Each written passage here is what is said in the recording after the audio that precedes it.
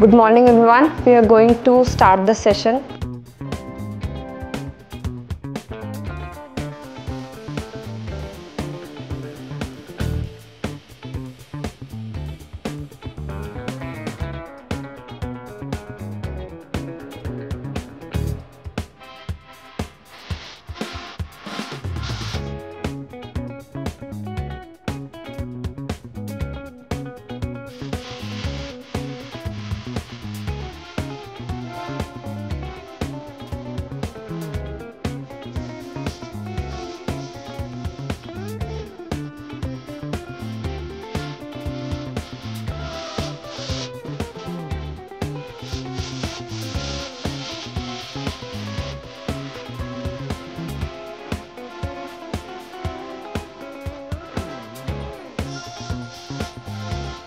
Hello, आदाब, नमस्ते।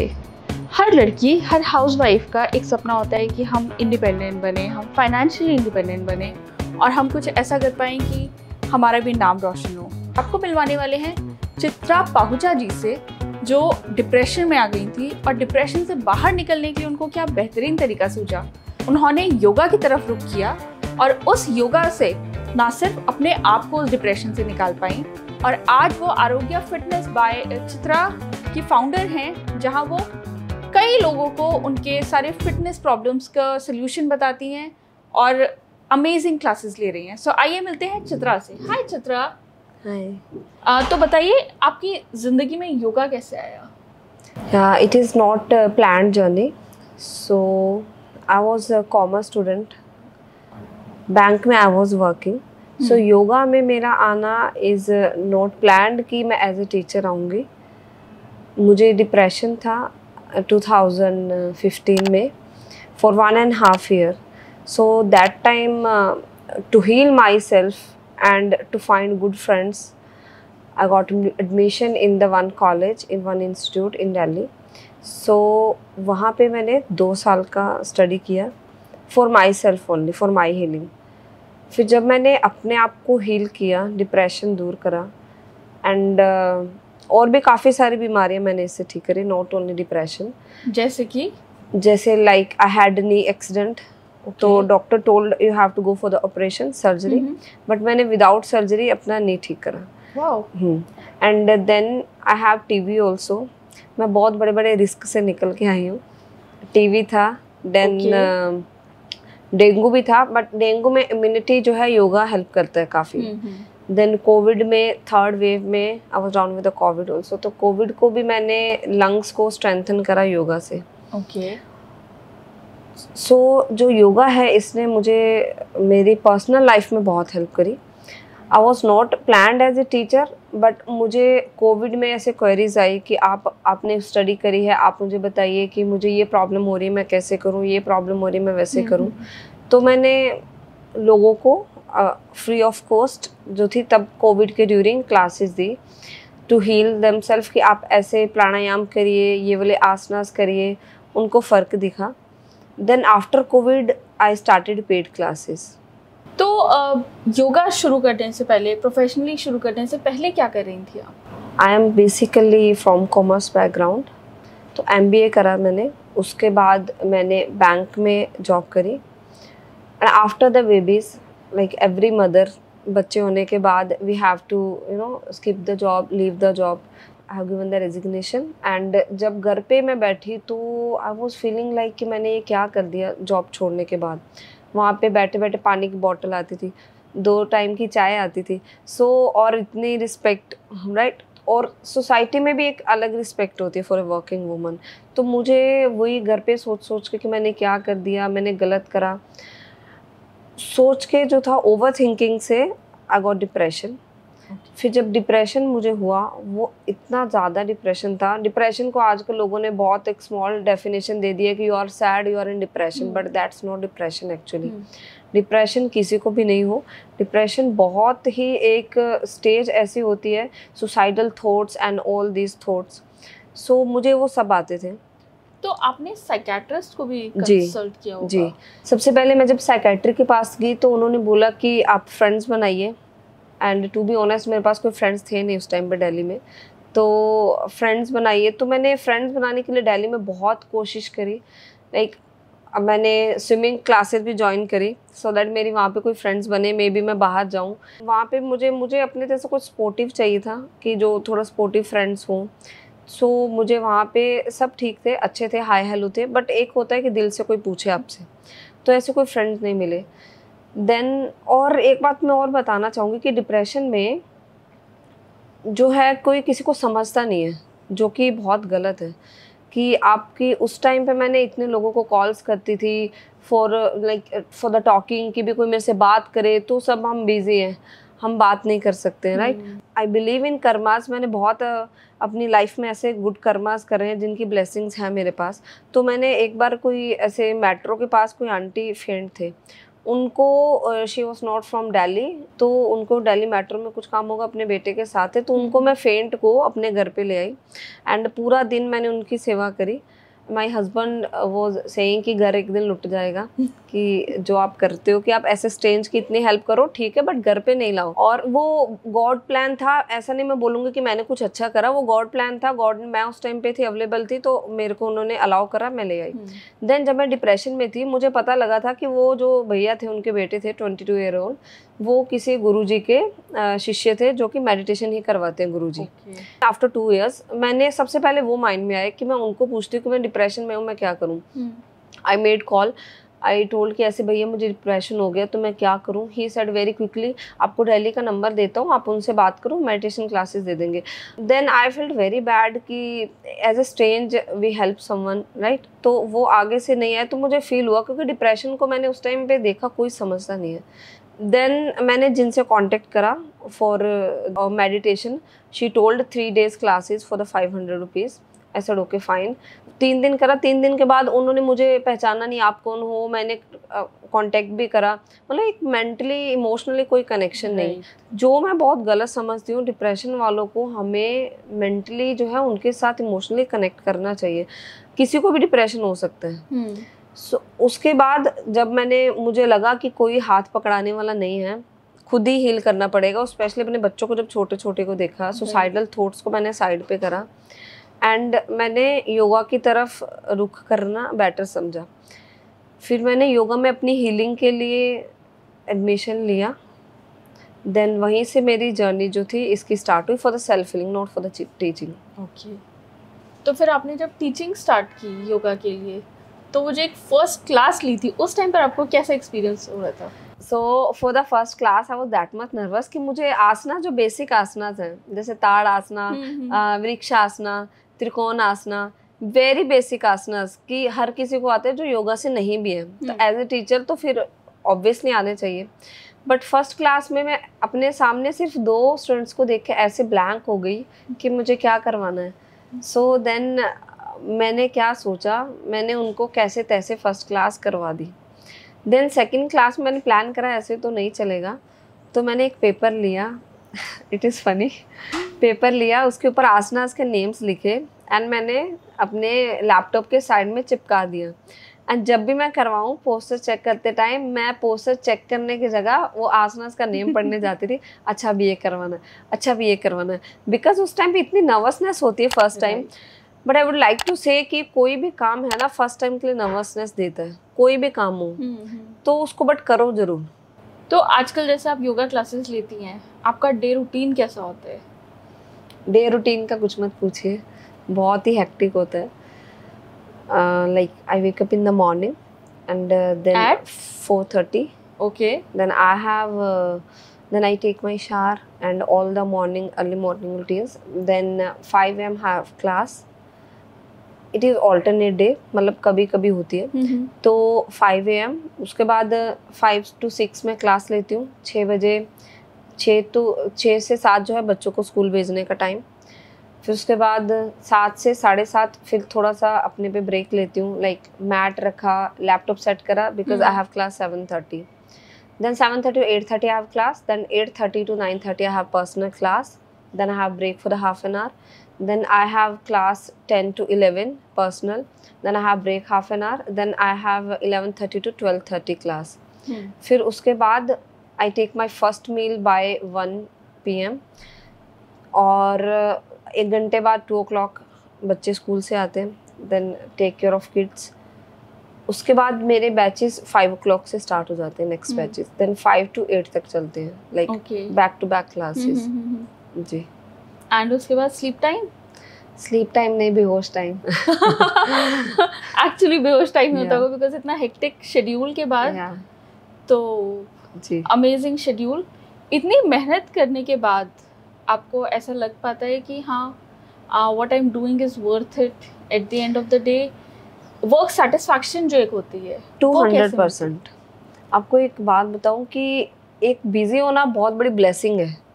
मैंने डिप्रेशन में ये सीखा है कि अगर आप बिजी नहीं हो ना, तो आपकी कोई वैल्यू नहीं है। मेरे क्लोजेस्ट जो फ्रेंड्स थे जिनको मैं हेल्प के लिए पूछती थी, तो वो ये बोलते थे हमारे पास टाइम नहीं है, हमारे पास टाइम नहीं है। तो मुझे बहुत फील होता था, बट अब मैंने अपने आप को इतना बिजी कर लिया कि मेरे पास टाइम नहीं है। बट ये है कि मैं कभी भी किसी को हेल्प करने से पीछे नहीं हटती हूँ, कि हेल्प के लिए ज़रूर टाइम निकालती हूँ। अदरवाइज़ मेरे पास टाइम नहीं है किसी के लिए कि अगर मैं फ्री हूँ, मैं कहीं आ सकूँ, जा सकूँ, फ्री में किसी से चिट चैट कर सकूँ, वो टाइम नहीं है। ओके। अच्छा, आपकी पुरानी ज़िंदगी से अगर कंपेयर करें, जब आप एक फाइनेंशियली स्टेबल जॉब कर रही थी और हर महीने जॉब का एक सबसे अच्छी बात होती है कि आपको at the end of the month एक सैलरी आ जाती है, आपको पता है आपको उसमें गुजारा करना। ये एक अपना आपका वेंचर है, एक बिज़नेस है, और इसमें ऊपर नीचे भी चलता है, बहुत चीज़ें चेंज भी होती हैं। तो वो जो एक इनस्टेबिलिटी बिजनेस लाता है, क्या आप वो प्रेफर करती हैं या आप उसको किसी और नज़रिए से देखती हैं? Right now I M at the best. मैं बहुत शुक्रिया अदा हूँ कि ऊपर वाले का कि मैंने वो जॉब छोड़ दी। उस टाइम पे डिप्रेशन था, क्योंकि हर चीज़ के ना प्लान होते हैं गॉड के। तो मैं बहुत शुक्रिया करती हूँ कि मैंने वो जॉब छोड़ के मैं इसमें आई हूँ, क्योंकि एक तो मैं फ्री हूँ, राइट, कि मैं अपने बच्चों को टाइम दे सकती हूँ, मेरे अपना टाइम है। अकॉर्डिंगली अगर मुझे बहुत इमरजेंसी होती है, I can cancel the class. और सबसे बड़ी बात कि मैं ब्लेसिंग्स बहुत ले रही हूँ, राइट, बहुत। और उस टाइम पे आई वॉज बाउंड कि मुझे इतने से इतने काम करना है, और वो मेरा अपना बिजनेस नहीं था, और फाइनेंशियल स्टेबिलिटी भी उससे बेटर है अब। अगर आप योगा में हैं एज ए टीचर, योगा में बहुत मेहनत है। अगर आप एज ए टीचर स्टार्ट करना चाहे कोई, आप कर सकते हो, बट बहुत मेहनत है। आप इसमें 10,000 से 1 लाख, मोर देन 1 लाख भी अर्न कर सकते हो। इवन मेरी एक फ्रेंड है, I think she is earning more than 3 lakh right now. Okay. So इसमें बहुत स्कोप है। अपने बिजनेस में कोई भी करिए, और business specially to the woman करना चाहिए। चाहे आप जॉब करिए, चाहे बिजनेस करिए, इंडिपेंडेंट जो है आपको रहना चाहिए। तो टॉकिंग अबाउट अर्निंग्स, आप कितना कमा पाती हैं? फिर आगे ना गलत बात पे। तो योगा से आप बहुत लोगों को मदद तो कर ही रही हैं, एक फाइनेंशियल स्टेबिलिटी भी आई है आपकी लाइफ में। और क्या फ़ायदे लगते हैं आपको योगा के, जो कि लोग अगर अपनी ज़िंदगी में अपनाएंगे तो उससे उनको फ़ायदा होगा? हालांकि योगा के फ़ायदे नुकसान सब जानते हैं, कुछ ऐसा बताइए कि आपने अपनी एक्सपर्टीज़ में समझा कि हाँ, ये फ़ायदे लोगों को नहीं पता थे। देखिए, योगा सबसे बड़ा मिथ जो है कि वज़न कम करना है, वेट लॉस करना है। Yoga is not for the weight loss. Yoga, weight loss बहुत छोटी चीज़ है for the weight loss. Yoga word बहुत डीप है। अगर आप योगा करते हैं, वेट लॉस तो एक बहुत छोटी चीज़ है। मतलब आपने योगा को बहुत छोटा कर दिया वेट लॉस बोल के। अगर आप योगा करते हैं, आप इंटरनली हेल्थ पे बहुत अच्छे से जो है हील कर सकते हो। इंटरनल हेल्थ हील होगी, आपकी डाइजेशन ठीक होगी, तो आपका वेट ऑब्वियसली जो है गिरेगा। मेरी क्लास में डायबिटीज़ जो है लोगों ने हील करी है, मेरे स्टूडेंट्स ने। मेरी क्लास में पीसीओडी हील करा है। कंसीव के बहुत सारे मेरे स्टूडेंट्स हैं जिन्होंने कंसीव के लिए ज्वाइन करा था। पीसीओडी है बट उनको कंसीव हुआ है। माइग्रेन के लिए, नी पेन के लिए, काफ़ी ऐसी बीमारियां हैं जो कि डाइजेशन, एसिडिटी, नी पेन जो ऐसी बीमारी है कि एक बार हो जाए तो जाता नहीं है, नी पेन ठीक करा है। डायबिटीज़ ऐसी बीमारी है, हो जाए तो जाता नहीं है, उसको ठीक करा है। वेट लॉस तो ऑब्वियसली हर क्लास, वेट लॉस आप जिम में भी जा कर सकते हो, बट योगा में वेट लॉस प्लस बीमारियों की हीलिंग है, डिप्रेशन हीलिंग है, बट आपको उसको तरीके से करना पड़ेगा। If you want result in 1 month, तो आप उसका नहीं, मैं एज ए टीचर नहीं बोल रही हूँ, एज ए ह्यूमन बीइंग, कि अगर मैं भी करती हूँ, मैं 1 मंथ में नहीं, मुझे डिप्रेशन था 1.5 साल, मुझे उसका रिजल्ट मिला 4 महीने में डिप्रेशन का। मैं क्या करती थी, मैं अपना प्राणायाम प्रैक्टिस करती थी एंड सूर्य नमस्कार। अब अगर देखा जाए तो कोई 1 महीना प्राणायाम 10 मिनट करके, आधा घंटा करके बोले कि मैं हील नहीं हुआ, आप नहीं हो सकते हो। आपको उसके लिए टाइम निकाल के डिसिप्लिन के साथ प्रैक्टिस करनी पड़ेगी। मैं 1 आवर प्राणायाम करती थी, 1 आवर वॉक करती थी। सब कुछ, पूरा लाइफस्टाइल आपका मैटर करता है कि आप कितने घंटे सोते हो, उससे आपकी हीलिंग होती है। सो योगा प्लस आपका लाइफस्टाइल जो है आपके मैटर करता है आपकी हीलिंग के लिए। बैक पेन इससे ठीक होता है, बहुत सारी बीमारियां, योगा का तो कोई अंत ही नहीं है, कितनी बीमारियां ठीक होती हैं। तो आपका क्या मैसेज होगा उन लड़कियों के लिए जो कि एक फाइनेंशियल स्टेबिलिटी चाह रही हैं, या उनको क्या करना चाहिए? देखिए, फाइनेंशियल स्टेबिलिटी के लिए सबसे पहले तो अपने आप को आप एक गोल सेट करिए, कॉन्फिडेंस बनिए। कुछ नहीं है कॉन्फिडेंस, मुझे कई बोलते हैं कि मैम हमारे में कॉन्फिडेंस नहीं आ रहा, हमको काम स्टार्ट करना। कॉन्फिडेंस कुछ भी नहीं है, कॉन्फिडेंस बिल्ड करिए। मैं जो फर्स्ट डे थी, अगर मैं वो सोचूं तो आज जैसे मैं बैठी हुई हूँ, मैं ऐसे बोल ही नहीं पाती। मेरी हार्ट बीट बहुत क्विक थी। तो आपको एक तो कोई काम, कुछ भी सीखिए।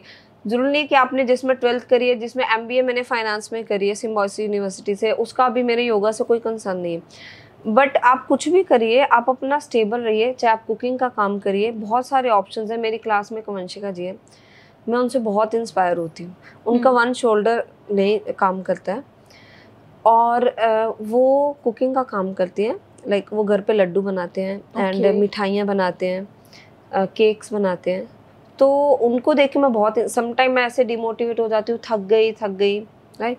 तो उनको देख के बहुत मोटिवेशन मिलता है मुझे कि वो कैसे, अब एक्सक्यूज़ का तो कोई एंड नहीं है कि बच्चों से टाइम नहीं मिलता, इससे टाइम नहीं मिलता, उससे टाइम नहीं मिलता। अगर उनका एक शोल्डर काम नहीं कर रहा है, स्टिल वो हाउसवाइफ होके घर में ये काम कर रही हैं, तो बाकी क्यों नहीं कर सकते? कुछ भी करिए, शेफ का काम करिए, किचन का आप काम करिए, आप सैलून का काम करिए, फ्रीलांसिंग की आजकल ऑप्शंस हैं, आप वो करिए। या फिर आप कपड़े का काम बहुत अच्छा है, सूट्स का काम बहुत अच्छा है, स्टिचिंग का, बुटीक का, कुछ भी आप करिए, बहुत सारे ऑप्शंस हैं। जब आपने आप कोई एक चाय का ठेला भी लगा लेता है ना, तो वो भी सक्सेसफुल हो जाता है, अपना कैफ़े खोल लेता है। स्टार्ट करिए, छोटे से करिए, बड़े तक आप 100% जाओगे। And most importantly family support भी बहुत ज़रूरी है। फैमिली को भी अंडरस्टैंड होना चाहिए फॉर द वुमन फ्रीडम। जब तक फैमिली नहीं सपोर्ट करेगी, वुमन कुछ नहीं। कहते हैं ना कि एक मैन के पीछे जो है एक वुमन का हाथ होता है सक्सेसफुल बनाने में। यही बात स्पेशली फॉर द वुमन है कि मैन के अगर वो फ्रीडम नहीं देते तो वुमन कुछ नहीं कर सकती। In my case I am superbly blessed कि मेरे हस्बैंड, जब मैं बैंक में भी थी, उनको पता नहीं था मेरी कितनी सैलरी है, और अभी भी उनको पता नहीं मैं कितना अर्न करती हूँ, कि उन्होंने इतनी फ्रीडम दी है। मेरी क्लास में मैन हैं, वुमन हैं, उनको मेरे पे ट्रस्ट है। और एक वाइफ को होता है कि हस्बैंड इज ट्रस्टिंग, तो हमको उनका ट्रस्ट ब्रेक नहीं करना है। टॉक ऑफ फैमिली, क्या आपके बच्चे भी आपसे इंस्पायर्ड हैं? देखिए, मैं ऑनेस्टली बताऊँ, ये काम में ना मैं बच्चों की वजह से ही कर रही हूँ, क्योंकि मैं अपने बच्चों को इंस्पायर करना चाहती हूँ। बाय गॉड ग्रेस मेरे पास सब कुछ है। जो है, जैसे छोटे छोटे बच्चों को फ़ोन की आदत, वेरी बैड। मेरे पास कितने केसेस ऐसे आते हैं कि बच्चों की मेमोरी पावर 0 होती जा रही है, अंडरस्टैंडिंग पावर 0 होती जा रही है, इरिटेशन लेवल बढ़ता जा रहा है, इरिटेट छोटी छोटी बातों पे। क्या इसका इलाज योगा में है? 100% है। योगा में है प्लस पेरेंट्स पे भी है। पेरेंट्स समझाएं उनको।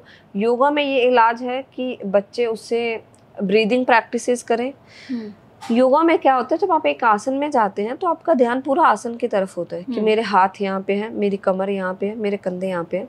तो वही एक ध्यान है कि अगर आप आसनास में होल्ड करते हो, आप प्राणायाम करते हो, वो मेंटली आपको बहुत हेल्प करता है for controlling your mind to use your phone.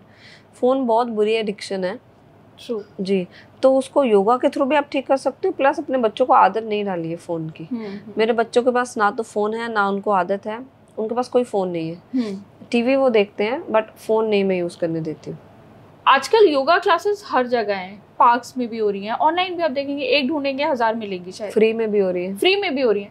तो आपकी योगा क्लासेस कैसे डिफरेंट हैं बाकियों से? सी फर्स्ट जो है, जो yoga as a yoga teacher अपने स्टूडेंट के साथ इमोशनली कनेक्ट होना बहुत ज़रूरी है।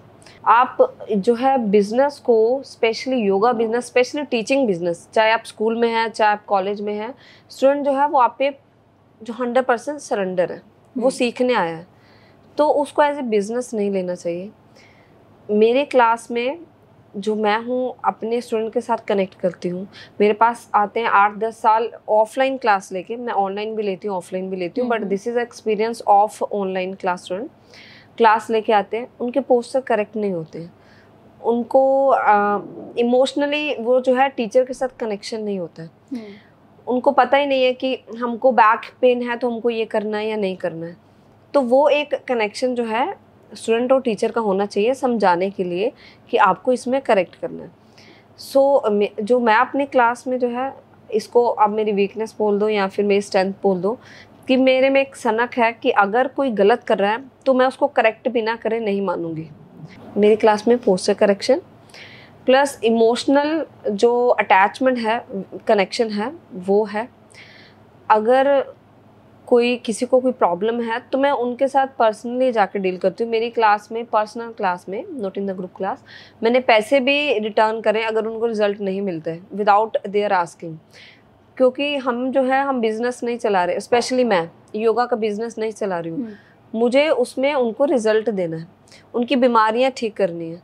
तो एक पर्सनल कनेक्शन होना बहुत ज़रूरी है, स्पेशली एज ए टीचर। जो डिप्रेशन स्टूडेंट्स हैं, मेंटल हेल्थ जिनको इश्यूज़ हैं, उनके साथ मैं और ज़्यादा कनेक्ट करती हूँ, स्पेशली उनके साथ चैट पे। अगर मेरे पास, आप बिलीव करेंगे, अभी 250 मैसेज पेंडिंग है व्हाट्सएप पे कि रिलेटिव्स जो है बर्थडे मैं भूल जाती हूँ, बट मैं जो है अपने स्टूडेंट के साथ उनकी प्रॉब्लम्स को लेके ज़्यादा कनेक्ट रहती हूँ, क्योंकि जो उनको जो है इमोशनल नीड है तभी वो हमारे पास आए, है ना। मैं अपनी क्लासेस में स्पेशली विद द स्टूडेंट्स जो कि जैसे बैक पेन है, किसी को पीसीओडी है, कोई कंसीव नहीं कर पा रहे, they are looking for the fertility, या फिर मेंटल इश्यूज है, उनके साथ बहुत कनेक्ट करती हूँ उनको हील करने के लिए, एथराइटिस वालों को। और आधे जो हीलिंग है, आई बिलीव कि उनकी मेरी बातों से हो जाती है, कि मैं उनको इमोशनली उनके साथ कनेक्ट करती हूँ। आपने खुद ने क्या क्या सीखा योगा के बारे में, ज़िंदगी के बारे में, या बिगर फिलॉसफी ऑफ लाइफ के बारे में?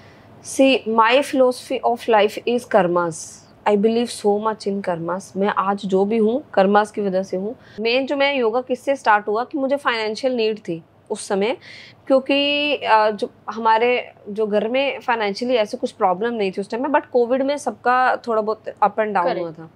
मुझे डोनेशन का डे 1 से बहुत शौक था, तो शौक मान लीजिए, मतलब कि मुझे अच्छा लगता है किसकी हेल्प करना, तो मैं डोनेशन जैसे ब्लाइंड स्कूल में, ऑर्फनेज हाउस में, और या फिर एक ऐसे फैमिली है जहाँ पे थोड़ी राशन की नीड होती है every month. You have also donated your body parts. या आपको पता है? हाँ जी, मैंने अपने बॉडी पार्ट, अपने आईज, लीवर जो है डोनेशन के लिए, आफ्टर लाइफ जो जैसे हो जाता है, तो मैंने डोनेशन के लिए डाला। I have card also. So वो, और प्लस मैं अपने एवरी ईयर बर्थडे पे ब्लड डोनेशन करती हूँ, उसके बाद भी करती हूँ, बर्थडे पे तो पक्का करती हूँ, उसके बीच में भी करती हूँ। सो वो उस टाइम पे कोविड में क्या हो गया, मेरे हस्बैंड बहुत अच्छे हैं, अगर मैं वो भी बोलूँ 20,000 डोनेट करना है, वो मुझे नहीं पूछेंगे कहाँ करना, उनको पता है कि अच्छे रास्ते पे जाएगी। इवन मैं अपने खर्चे के लिए भी लूँ, मुझे नहीं पूछेंगे आपको कहाँ लगाना, उनको पता है ये अच्छे रास्ते पे ही जहाँ पे भी डालेगी। सो मैं अपने हस्बैंड से एवरी मंथ ऐसे 10,000 20,000 फॉर द डोनेशन लेती रहती थी। कोविड में क्या हुआ कि अभी घर का तो मैनेज हो रहा था, बट ऐसे डोनेशन के लिए मुझे अपने हस्बैंड पे मैं बर्डन लग रही थी कि मैं एज ए बर्डन उनको बोल रही हूँ कि भाई 10,000 चाहिए, 20,000 चाहिए। अब मैं उनको रोक तो नहीं सकती जहाँ पे हर महीने देती हूँ। इवन कोविड में तो उनको और ज़्यादा ज़रूरत थी ब्लाइंड स्कूल को, वहाँ पे इतनी डोनेशंस नहीं आ रही थी, या ऑर्फनेज हाउस या फिर ओल्ड एज हाउस। तो मुझे था कि मैं क्या करूँ, अब मेरे पास तो पैसे नहीं है। और मैं अपने हस्बैंड को वो दे तो देते थे, कुछ नहीं बोलते थे, बट मुझे उस टाइम पे उनके फेस पे एक बिजनेस का प्रेशर लगता था कोविड में। तो मैंने तब सोचा, पहले मैं फ्री क्लासेस देती थी योगा की, और फ्री में ना इतनी वैल्यू भी नहीं होती, 2 दिन आता था, तीसरे दिन छुट्टी, फिर कोई आता था छुट्टी, कम लोग थे। फिर जब मुझे लगा कि मैं क्यों ना अपने इस टैलेंट को पेड में कन्वर्ट करूं और थोड़ा फाइनेंशियल सपोर्ट हो जाएगा। मेरा टारगेट था कि मैं 20,000 अर्न कर लूँ, मेरे डोनेशन निकल जाए। फिर मैंने जब स्टार्ट करा तो मैंने 20,000 मेरा 1-2 महीने में हो गया था, मतलब 1 महीने या 2 महीने तक मैं 20,000 तक पहुँच गई थी। फिर ऊपर वाले ने, वो कहते हैं ना कि मैं ये क्लासेस मेरी कर्मा की वजह ही है, कि मैंने उस टाइम पे डोनेशन का सोचा मैंने। कोविड के लिए खाना बनाना चालू करा, उसके लिए राशन चाहिए, एवरीडे काफ़ी सारा खाना जाता था, तो राशन चाहिए। तो उस सारे के लिए मुझे पैसे इकट्ठे करने के लिए मैंने ये क्लासेस स्टार्ट करी फॉर डोनेशन ओनली। बट उसके बाद मुझे पता ही नहीं चला वो कब क्लासेस ऐसे आगे बढ़ गई कि right now I am earning more than that donation, lots of more than that donation. So मतलब कर्मास मेरे लिए बहुत मैटर करते हैं। छोटी छोटी बातें अपने बच्चों को सिखाइए। एम्बुलेंस आती है उसको रास्ता दीजिए। इंडिया में बहुत बुरा हाल है, मुझे बाकी कंट्रीज़ का नहीं पता, बट मैं इंडिया में देखती हूँ अगर पिज़्ज़ा डिलीवरी चाहिए आपको तो वो हाफ एन आवर में हो जाएगी, आपको हाफ एन आवर बाद वो पिज़्ज़ा जो है फ्री में मिलेगा। तो ऐसा क्यों नहीं है कि एम्बुलेंस में कितना लाखों रुपए जाते हैं हमारे पेशेंट पे, पेशेंट ख़त्म हो जाता है, लाइफ ख़त्म हो जाती है, बट उसका कोई अता पता ही नहीं है। तो अपने आप को इम्प्रूव करिए, अपने कर्मास में ज़्यादा फोकस करिए। बिजनेस तो चलता रहता है, ऊपर वाला बैठा है, वो बिजनेस हम नहीं चलाते, ऊपर वाला चलाता है हमारा।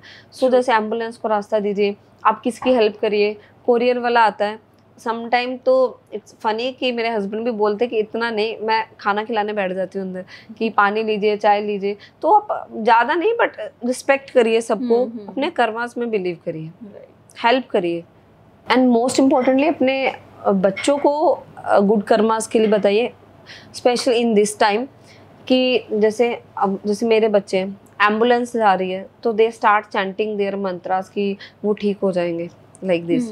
या फिर कोई आता है तो रिक्शा से हम उतरते हैं, तो अब रिक्शा वाले क्या कर लेंगे, हमसे तो ऑब्वियसली उनकी अर्निंग कम है, तो उनको 10 रुपये एक्स्ट्रा अगर आपको दे दोगे तो 10 रुपये से कुछ नहीं जाएगा, राइट। आप अपने मॉल्स पे कम एक्सपेंसिव डाल दीजिए, आप अपने मेकअप पे कम डाल दीजिए, आप अपने शूज़ पे कम एक्सपेंस। अगर आप 10 रुपये रिक्शा वाले को दे दोगे तो कुछ नहीं जाएगा एक्स्ट्रा। सो वैसे छोटी छोटी हेल्प्स करिए, आपके बच्चे ऑब्जर्व करते हैं वो। कल को वही बच्चे जो काइंडनेस अब सीखेंगे वो आपके ऊपर भी आएगी एज ए पेरेंट्स को भी बच्चों की काइंडनेस चाहिए बड़े होके। आज बच्चे हमारे कंट्रोल में हैं, कल नहीं होंगे, कल को हम उनके अंडर जाने वाले। तो अगर आप आज अच्छी अपब्रिंगिंग देंगे तो कल को ऐसा नहीं है कि आप उनको बाहर सिखा रहे हैं किसी को रिस्पेक्ट करना, तो वो बाहर वाले के लिए वो आप पे भी आएगी। तो जैसे मैं बाकियों का तो अच्छी बात है, बट मेरे बच्चों का ये है कि काइंडनेस के लेवल पे जैसे कोई आता है कोरियर वाले, तो हमेशा मेरी डॉटर खुद पानी लेके जाती है, भैया पानी लीजिए। हमारी सोसाइटी के जितने गार्ड भैया सब जानते हैं, सबको हैंड जॉइन करके नमस्ते। तो ये छोटी छोटी बातें जो है हमें सिखानी चाहिए। हमारे घर के जो केयर टेकर हैं उनकी रिस्पेक्ट करें बच्चे, तो बच्चे अच्छे हैं तो कल को हमारा फ्यूचर अच्छा है एंड हमारे कंट्री का फ्यूचर अच्छा है। ऑलराइट, तो ये थी चित्रा, एक आम सी हाउसवाइफ, दो प्यारे से बच्चों की माँ, जिन्होंने अपनी ज़िंदगी ना सिर्फ योगा से बदली, आज भी बहुत सारे स्टूडेंट्स की ज़िंदगियाँ बदल रही हैं। And while we leave you, हम आपको दिखाते हैं कि इनका बहुत ही अमेजिंग सा योगा पोज, जो कि मेरे से तो नहीं होगा। Bye bye.